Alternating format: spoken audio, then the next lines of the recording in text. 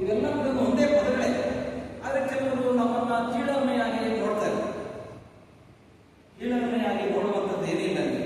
ಇದು ಒಳ್ಳೆಯ ಉದ್ಯೋಗ, ಇದೊಂದು ಒಳ್ಳೆಯ ಉದ್ಯೋಗ, ಇದೊಂದು ಒಳ್ಳೆಯ ಕೆಲಸ. ಆದ್ರಿಂದ ಪ್ರಿಯ ದೇವರ ಸೇವಕರೇ,